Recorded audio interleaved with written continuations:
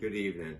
An email was sent to me from Prudence Crandall stating my child won't be able to talk during lunch for the first 10 minutes to help stop spread of COVID. It's not designed to be punitive. It's designed to help as many of our children and their families stay safe and well.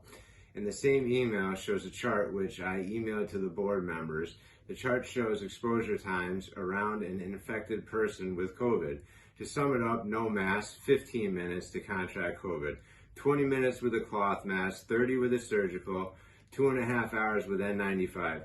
Most of the kids all fall under the cloth mask.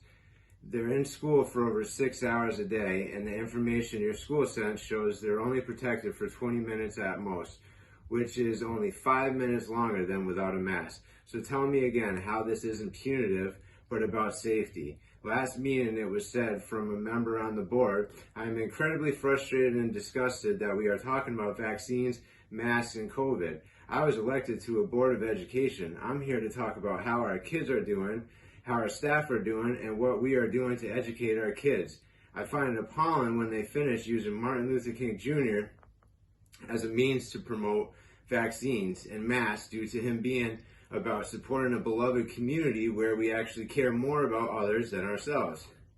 This is exactly what we are here for, not for ourselves, for our children and community's safety against these tyrants. I wonder, is it part of your promise for the ESSER funding that you need to publicly promote the masks and vaccines and show your disgust for those who oppose this view? Whether you can admit it or not, these masks are affecting the children on so many levels. As much as I love to, we can't just come and stroke you all at what a great job you're doing when unfortunately you're not. Now let's talk academics.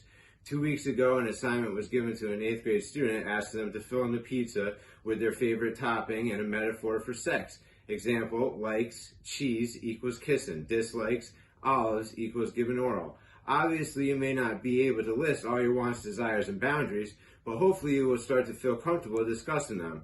I don't care what grade this is in, this has no business in any school, not even college. What sick and twisted perverted pedophile pushed this through, and why wasn't it stopped? What business does any teacher have of children's sexual pleasures and desires? Why should students be comfortable discussing with them? Besides grooming the innocent, I can't think of one.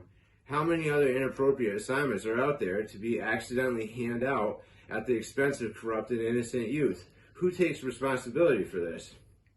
I attended the board policy meeting last week.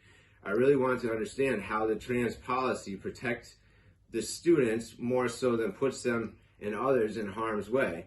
I only see it opening the door for negative things. If anyone on the board, Mr. Hamry or Mr. Ryder, can please explain the safety behind this policy, it would be much appreciated. Thank you.